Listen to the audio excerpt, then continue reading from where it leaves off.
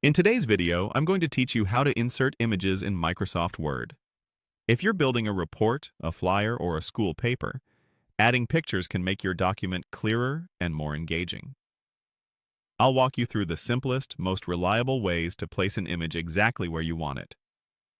First, open your document and place your typing cursor where the picture should appear. That saves you from moving it later. Now look to the top of Word for the ribbon. Click the Insert tab to open tools designed for adding content. This is where Word keeps everything you can drop into a document: tables, shapes, and of course, pictures. Next, choose Pictures.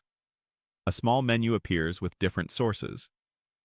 To pull a photo from your computer, select this device.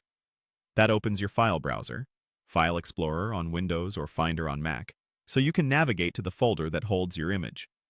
If you have a lot of files, use the search box or switch to a thumbnail view to see previews.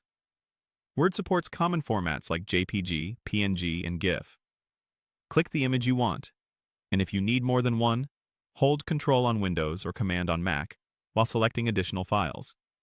Then click Insert. Your picture lands right at the cursor. If it appears on the next line, that's okay. Word is simply respecting your document's layout.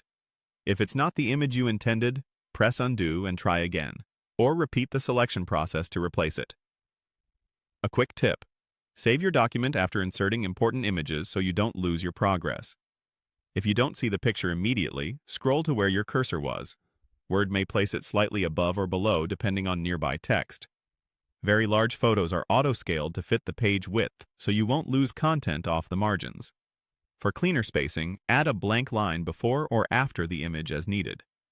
There's also a fast drag and drop option. With Word open, arrange your windows so you can see the folder that contains the picture. Click the image file, drag it over the Word window, and release when your cursor is where you want the picture to go. This method works for one or several images and is great when you're organizing content from a folder of assets.